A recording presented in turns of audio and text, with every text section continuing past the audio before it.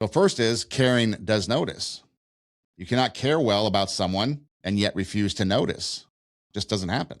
You have to notice if you're going to care for somebody. You might notice a change in their tone, a change in their behavior, a change in their mood, maybe energy, maybe a change in their effort or maybe lack thereof, and in their pain. It's kind of like that, not really an analogy, but the saying is like, yeah, they're a little off. Yeah, I did notice they were a little off. If you watch crime shows, then they will always ask the question, the detectives will be, did you notice anything different about the person? Well, they seemed a little off. So yeah, maybe there was a change in tone, behavior, mood, energy, effort, etc. They just weren't themselves, right? Do you notice that? A careless person says, I didn't know. Did you know that? I didn't know. A caring person often says, I noticed. Now, again, we do have to be careful because it is hard to define between caring and being careless. I did not notice. Okay, maybe it is somebody that isn't really in our sphere, our social sphere. Maybe they are just kind of on the outside of that, and we may not notice. We may not notice. But if they're in our inner circle, so to speak, or if they're in our working sphere, then perhaps maybe we should notice.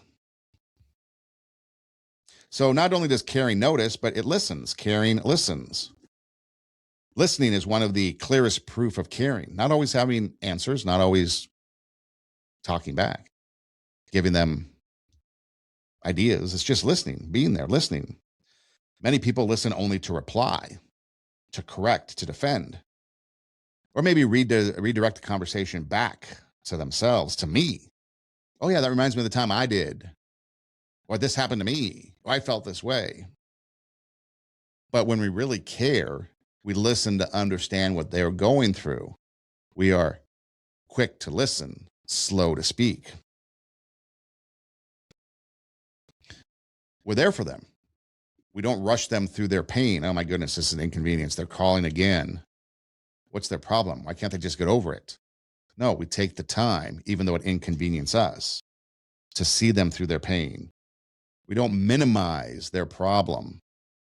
Heard a story one time, a gal I worked with, her husband died. She eventually left the company, came back maybe a year and a half later, just to kind of visit everybody because she had been there for a long time. And one of the things she said was that she had kind of lost some friends along the way because of her grief. And people were trying to tell her, oh, you should just get over it by now. It's been a year. It's been a year and a half. You should be over it by now. Stop grieving. Get back to normal. And so she lost some friends over that because the grief process is indeterminate. Each person travels that journey alone, and you might not ever get over it.